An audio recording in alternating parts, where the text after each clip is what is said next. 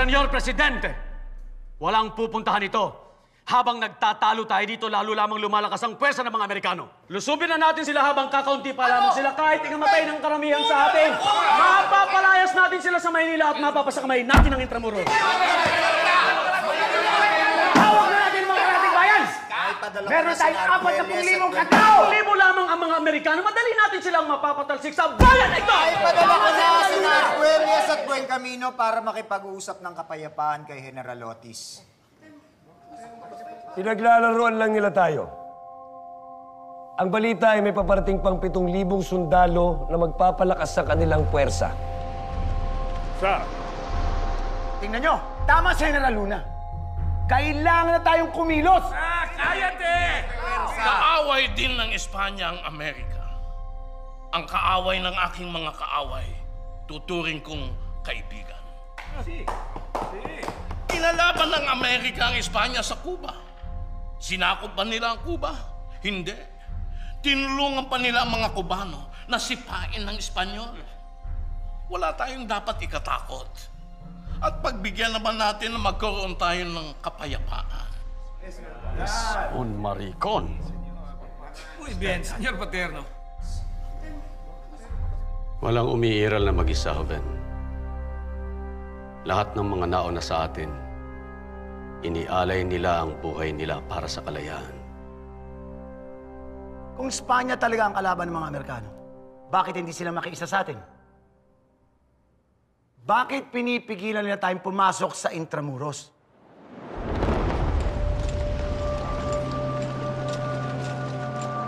Sang-ayon ako kay Senyor Paterno.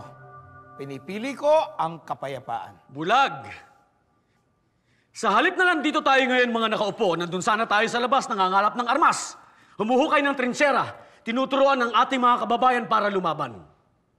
Huwag kayong maniwala sa matatamis na salita ng mga Amerikano! Walang puwang ang bulag sa gabinete na ito!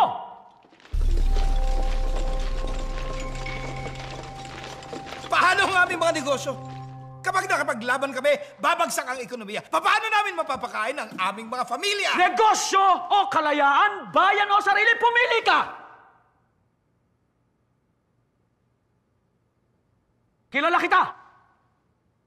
Kasali ka sa gobyerno sibil ng Kastila at ng mga nganib ang Espanya, lumipat ka agad ng bakod at ngayong tayo naman ang mga nganib, makikisiping ka naman sa bandila ng Amerika.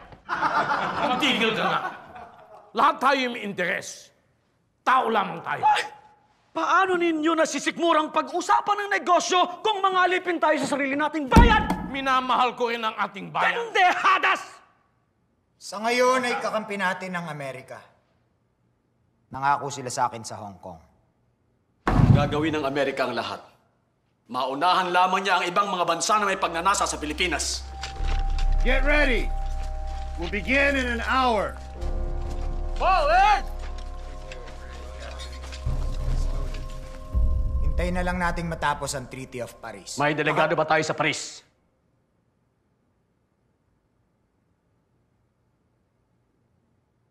O kahit tagapagbasid man lamang.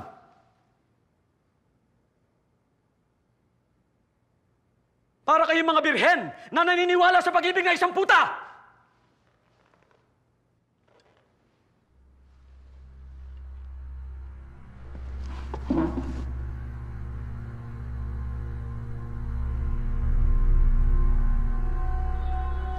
Sabihin mo sa ating mga kababayan na hindi nakakamit ang kalayaan sa pag-aaruga sa kanilang mga mahal sa buhay. Kailangan nilang magbayad. Ano pong kabayaran? Dugo at pawis. Kailangan nilang tumalon sa kawalan.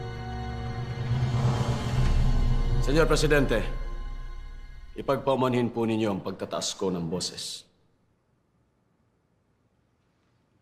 Aaminin ko na may batayan ang pagdududa ng lahat.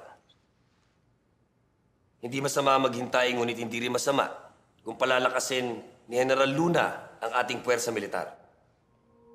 Mga Ginoo, ipagdasal natin ang kapayapaan. Ngunit pagandaan natin ang digmaan.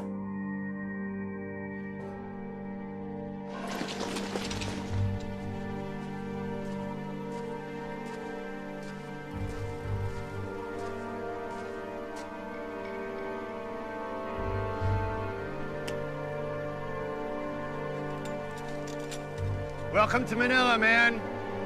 She's ours.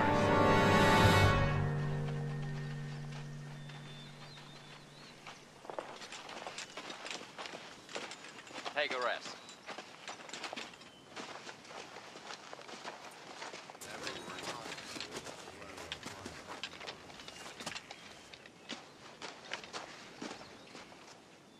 Man, look alert.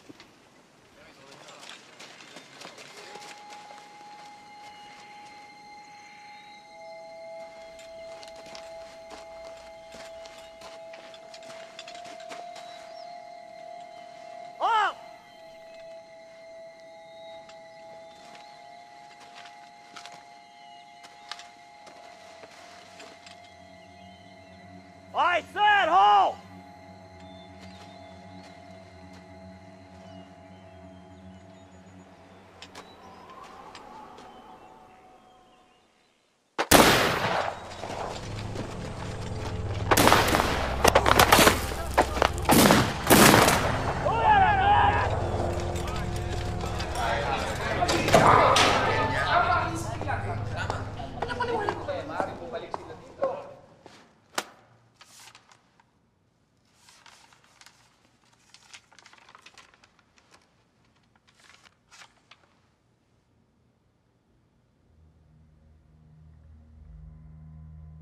Mga Ginoo, pinaputukan ng mga Amerikano ang ating mga tauhan sa Santa Mesa. Nilusob na rin nila ang San Juan, Paco at Pandacan, at iba pang karatig bayan. May kasunduan na rin sila sa mga Espanyol sa loob ng Intramuros. Buen Camino! Arguelles! Bumagsak na ang Maynila. Nasa kamay na ng mga Amerikano ang lungsod.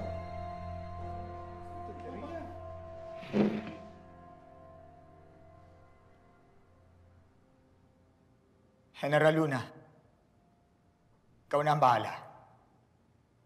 Asa mga kamay mo na ang labanan. Paano akong lalaban? Kakagating ko sila?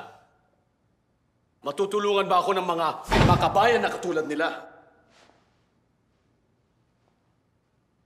Vamonos!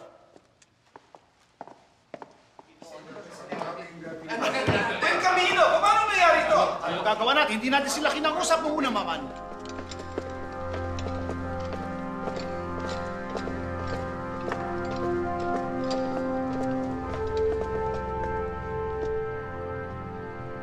Isang malaking karangalan ng ipaglaban ng ating inang bayan. Pag tayo magdadalawang isip.